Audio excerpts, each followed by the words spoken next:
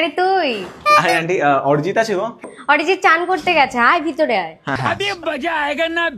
তারপর বল বাবু, ভালো আছিস তো? সব ঠিক আছে? হ্যাঁ আন্টি, তুমি ভালো আছো? হ্যাঁ হ্যাঁ হ্যাঁ। আচ্ছা আচ্ছা, তোর মায়ের শরীরটা এখন কেমন আছে রে?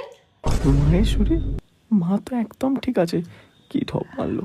আছে আন্টি, এখন তো ভালোই আছে, একটু আগের থেকে ওই কোমরে ব্যথা আছে ওই আর কি।